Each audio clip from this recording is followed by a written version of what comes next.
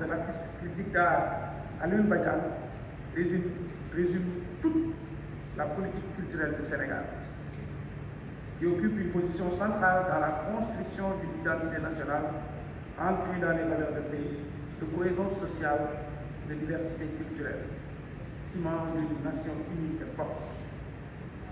En effet, l'État du Sénégal a toujours placé l'épanouissement humain au centre de sa politique de développement. Le président poète Léopold Sédar Senghor est tout à fait allé beaucoup plus loin, en affirmant que la culture est au début et à la fin du développement. Aujourd'hui, avec la prégnance des industries culturelles et créatives, ce propos a gardé tout son sens. La culture est la première condition de développement, épanouissement de l'humain. Et les présidents qui sont succédés au Sénégal l'ont bien compris. Secteur dynamique de l'économie mondiale, les industries culturelles et créatives contribuent à l'offre d'emploi et au renforcement des opportunités économiques. Les industries culturelles et créatives constituent un puissant levier de développement et de rayonnement culturel.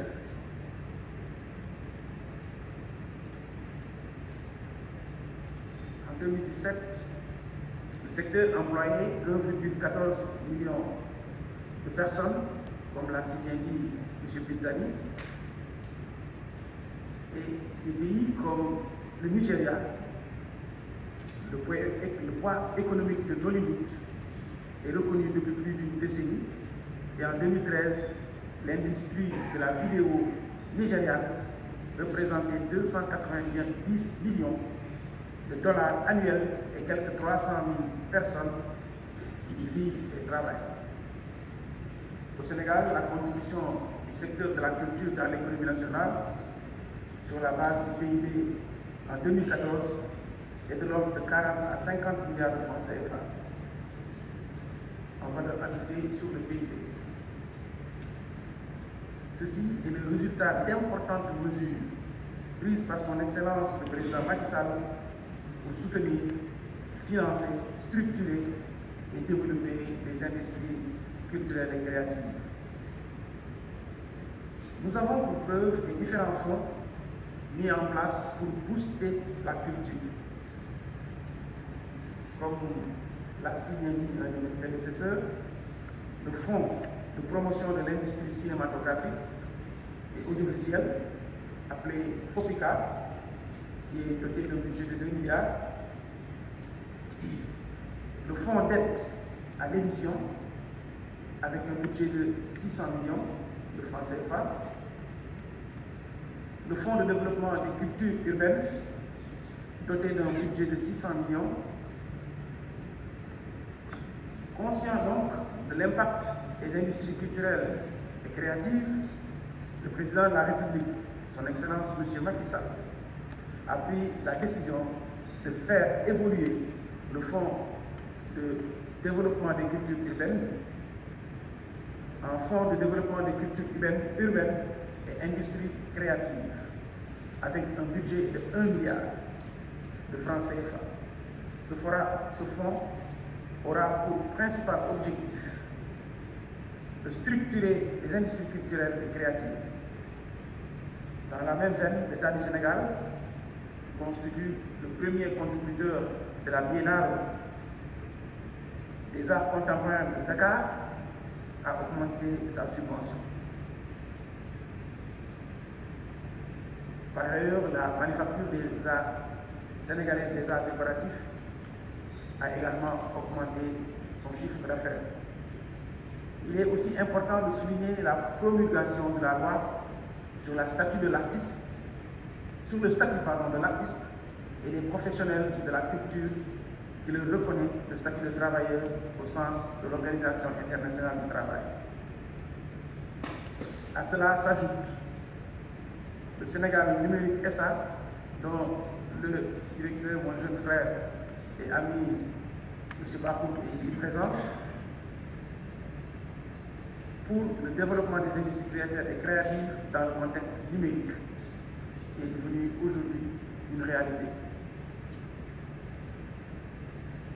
En effet, les arts et la culture sont en perpétuel mouvement. Le numérique a aboli les frontières et a réduit les coûts de démultiplication. J'ai l'habitude de dire on est passé de l'étal au village planétaire par le digital. Et c'est ça qui donne toute la qualité et l'importance de démultiplication du numérique.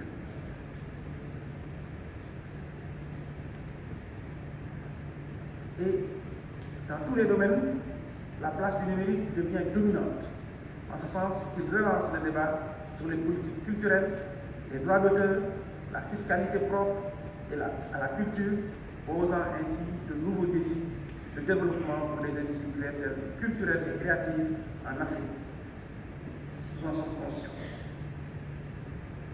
La culture, mesdames et messieurs, est une activité économique et elle nécessite certes l'intervention de l'État, mais elle doit être portée par des entreprises fortes et viables.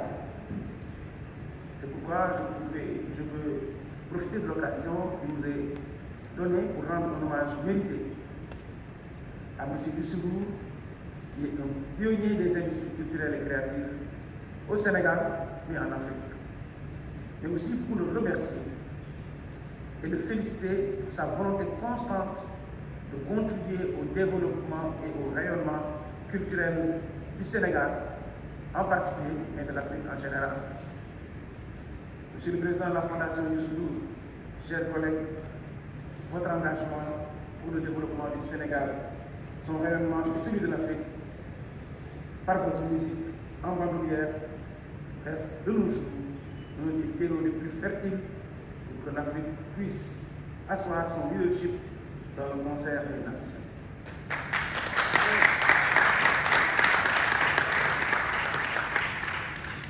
Au même titre que les industries culturelles et créatives, l'artisanat constitue un moteur de l'économie nationale. Et non seulement par sa capacité à créer des emplois, mais aussi à accompagner les jeunes par une formation et une installation dans le domaine de l'activité.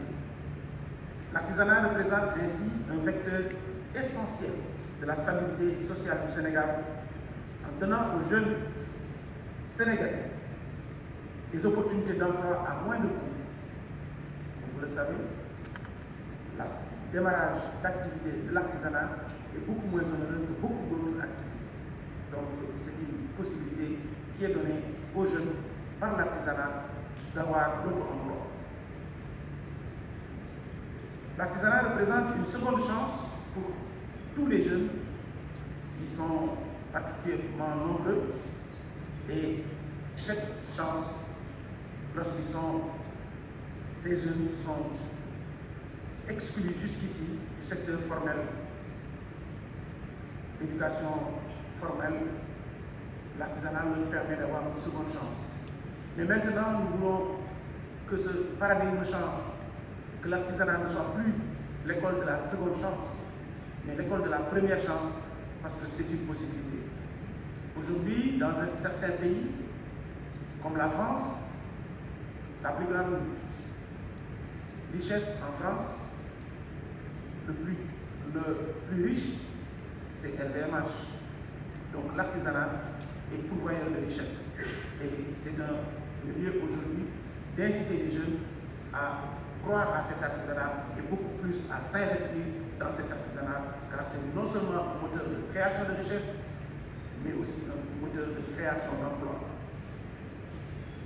L'artisanat est le premier créateur d'emplois du Sénégal, avec 1 450 000 acteurs. Il est par ailleurs le premier formateur par l'apprentissage.